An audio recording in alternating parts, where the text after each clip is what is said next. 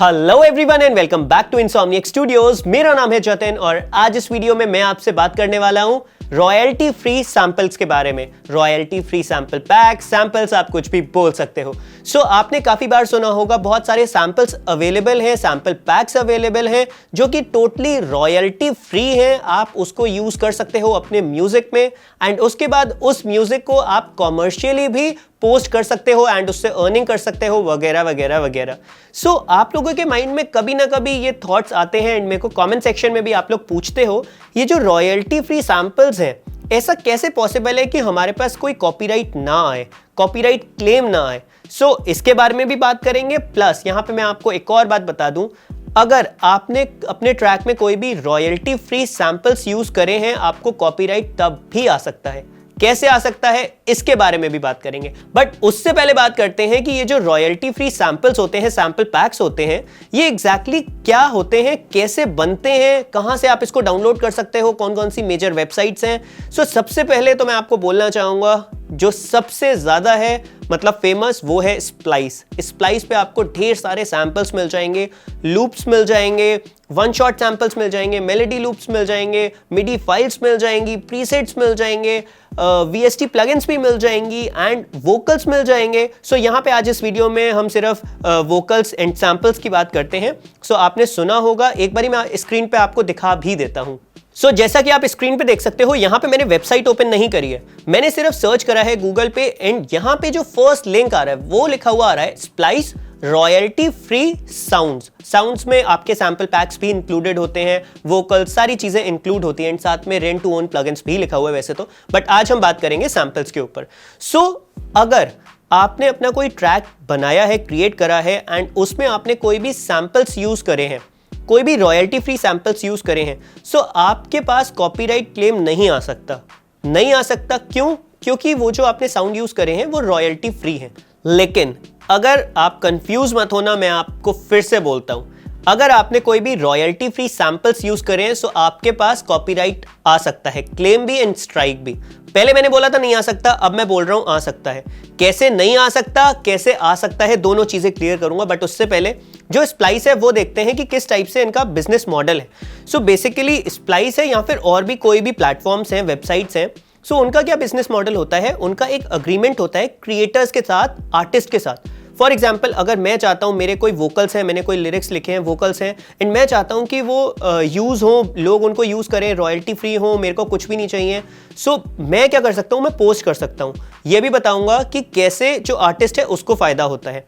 यहां पे मैंने कोई भी अपने वोकल्स रिकॉर्ड करके डाल दिए एंड अब कोई भी उस पर म्यूजिक बना सकता है। अगर बहुत लोग उस पर म्यूजिक बनाएंगे उससे क्या फायदा होगा आर्टिस्ट को, मेरे को क्या फायदा होगा। यहाँ पे अगर कोई भी ट्रैक फेमस हो जाता है उसमें मेरा नाम तो जुड़ेगा ना, क्योंकि आवाज मेरी थी। हाँ, यहाँ पे मैं उसको कोई भी कॉपीराइट क्लेम या फिर कुछ भी किसी भी टाइप का कॉपीराइट उसको नहीं दे सकता हूं, बिकॉज जब कोई भी आर्टिस्ट या फिर क्रिएटर इन जैसे प्लेटफॉर्म्स जो होते हैं जैसे कि स्प्लाइस, इनके साथ टाई अप करता है, इनका पूरा अग्रीमेंट होता है। अग्रीमेंट में इनका एक टर्म्स एंड कंडीशन मेन होती है कि आप किसी को भी जो अपने सैंपल्स हैं अगर आपने हमारे प्लेटफॉर्म पे पोस्ट करे हैं आप किसी पर भी कॉपीराइट क्लेम नहीं दे सकते हो, कॉपीराइट नहीं दे सकते हो। ये इनका अग्रीमेंट है, चाहे वो कुछ भी कर ले क्रिएटर, वो कुछ नहीं कर पाएगा, कोई भी क्लेम नहीं दे पाएगा अगर आपने यूज करा है तो, उसके सैंपल्स यूज करे हैं तो। अब यहां पे ये तो इनका आपको समझ में आ गया कि बिजनेस मॉडल क्या है। इस तरीके से आप स्प्लाइस से या फिर किसी भी और प्लेटफॉर्म से आप जो लूप्स हैं, सैंपल पैक्स हैं वो यूज कर सकते हो एंड उनको कॉमर्शियली यूज कर सकते हो।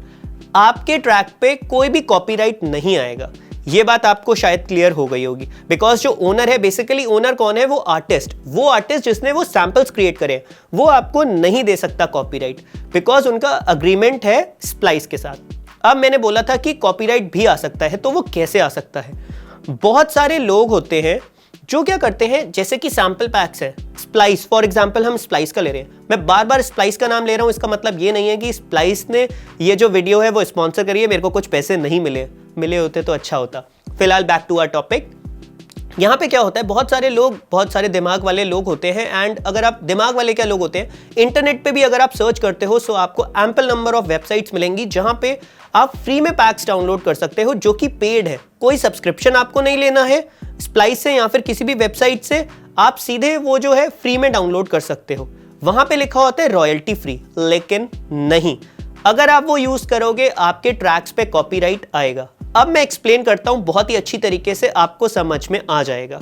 तो देखो, अगर एक कोई वेबसाइट है, एक कोई प्लेटफॉर्म है, वहां पे कोई भी एक सैंपल पैक है, या फिर अगर हम वोकल का एक एग्जांपल ले लेते हैं, सो उस केस में क्या है, वो सिर्फ ऐसा तो है नहीं कि सिर्फ आप ही उसको डाउनलोड कर सकते हो, ये पूरी दुनिया उसे डाउनलोड कर सकती है। आप इस वर्ल्ड में किसी भी कोने पे बैठे हो, किसी भी कंट्री में हो, किसी भी स्टेट में हो, आपके पास वो वेबसाइट का एक्सेस है, आपने उसको पे किया वेबसाइट को, एंड आपने सब्सक्रिप्शन बेसिकली लिया, एंड वहां पे आप सैंपल्स को डाउनलोड कर सकते हो एंड अपना ट्रैक बना सकते हो।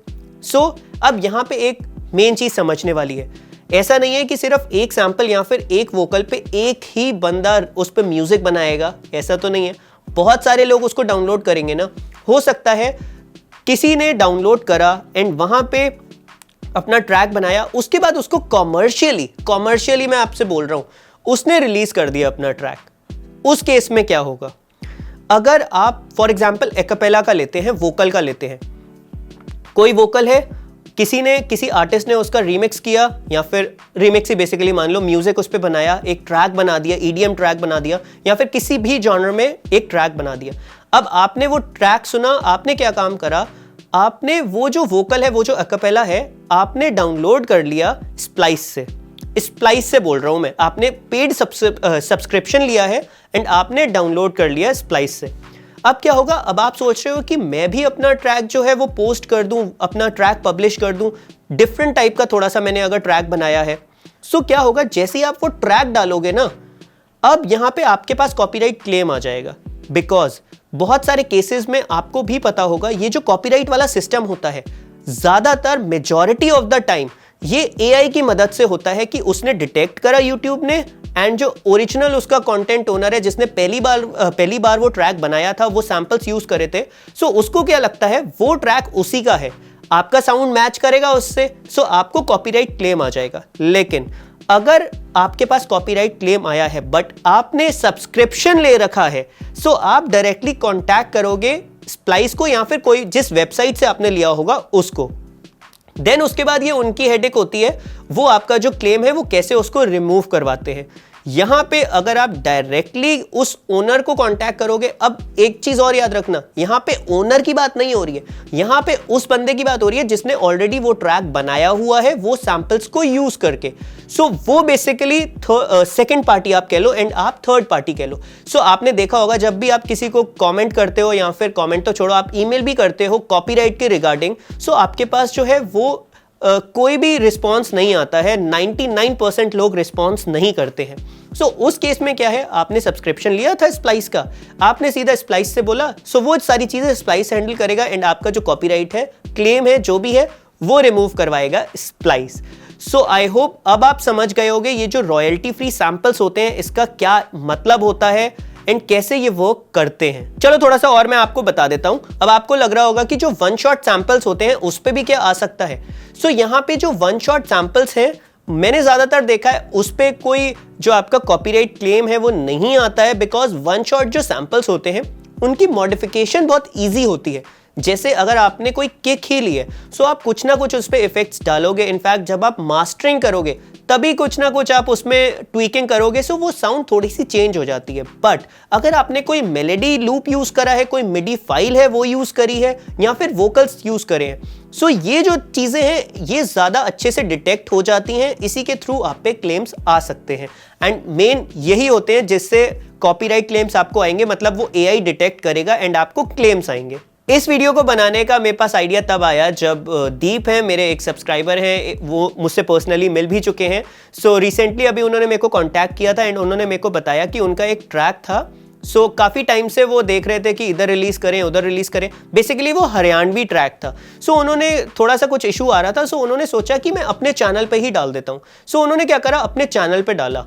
अब अपने चैनल पे जब डाला तो उनके आई थिंक 7 लाख के आसपास शायद कुछ व्यूज आ गए थे। दैट मीन्स जो ग्रोथ थी वो बहुत ज्यादा हो गई थी ट्रैक की। लेकिन उन्होंने जो सैंपल्स यूज करे थे उस टाइम कुछ नहीं हुआ। आई थिंक 1 साल से ज्यादा के बाद उनके पास आ गया कॉपीराइट क्लेम।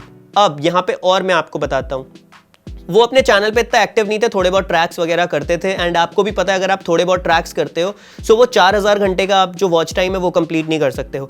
बट उन्होंने जो एक वीडियो डाली और वो 7 लाख गए, उनके आई थिंक 20,000 शायद 20 से 25,000 कुछ उनके सब्सक्राइबर्स गेन हुए, प्लस जो वॉच टाइम था वो तो भाई 7 लाख पे तो कहां से कहां पहुंच जाएगा। सो ये चीज भी उनको हुई। लेकिन उनका जो चैनल है वो मोनेटाइज हुआ, लेकिन कुछ टाइम बाद ही उनके ऊपर, उनके चैनल के ऊपर, उसी ट्रैक के ऊपर एक कंटेंट आईडी क्लेम आ गया जिसमें था रीयूज्ड कंटेंट। अगर उन्होंने वो सैंपल्स परचेज करे होते, उन्होंने मेरे ख्याल से एक टुम्बी का सैंपल उसमें यूज करा था, मैंने वो ट्रैक सुना था। ट्रैक अभी भी है उनके चैनल पे, ट्रैक को कुछ नहीं हुआ है, लेकिन उस चक्कर में उनकी मोनेटाइजेशन जो है डिसेबल हो गई है। उन्होंने सिर्फ यूट्यूब पे डाला था, अगर वो स्पॉटिफाई या फिर इन टाइप की जगह पे डालते सो वहां पे भी वो मोनेटाइज नहीं कर पाते, वहां पे वो क्लेम्स आ जाते हैं उनके पास। सो यहाँ पे अगर आपने वो सैंपल्स जो यूज करे हैं, अगर आपका राइट होता, आपने उनको परचेज किया होता, बहुत इजीली आप अपने जो भी स्प्लाइस है या फिर किसी भी प्लेटफॉर्म है वहां पे आप उसको कांटेक्ट करते एंड अपने क्लेम्स हटवा सकते थे। बट आपने वो चीज़ नहीं करी थी, सो आपके जो ट्रैक है उस पर आ गया क्लेम।